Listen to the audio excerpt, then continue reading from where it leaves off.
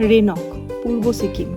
পাহাড়ের নীরবতার মাঝে দাঁড়িয়ে আছে এক অপূর্ব গণেশ মন্দির, যেখানে ভক্তি আর শিল্প একসাথে মিশে গেছে। প্রবেশপথে যেন সময় থমকে দাঁড়ায়।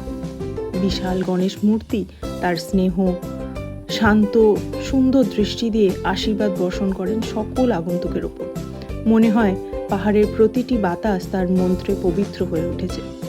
মন্দির প্রাঙ্গণের আর এক বিস্ময় হলো সমুদ্র মন্থনের সেই জীবন্ত চিত্রায়ন। দেবতা এবং অসুরদের সেই মহাকাব্যিক প্রচেষ্টা যেন পাথর আর রঙের শরীরে নতুন প্রাণ পেয়েছে এখানে। অমৃতের সন্ধানে সংগঠিত সেই মন্থনের গল্প মনে করিয়ে দেয় জীবনের প্রতিটি সংগ্রামের গভীরেই লুকিয়ে থাকে কোনো না কোনো অমূল্য প্রাপ্তি।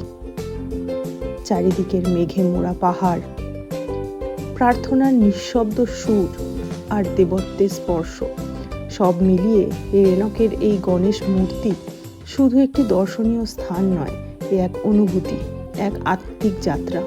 এখানে এসে মনে হয় যতই মন্থন থাকুক জীবনে, শেষ পর্যন্ত অমৃতের পথ খুঁজে নেয় বিশ্বাস।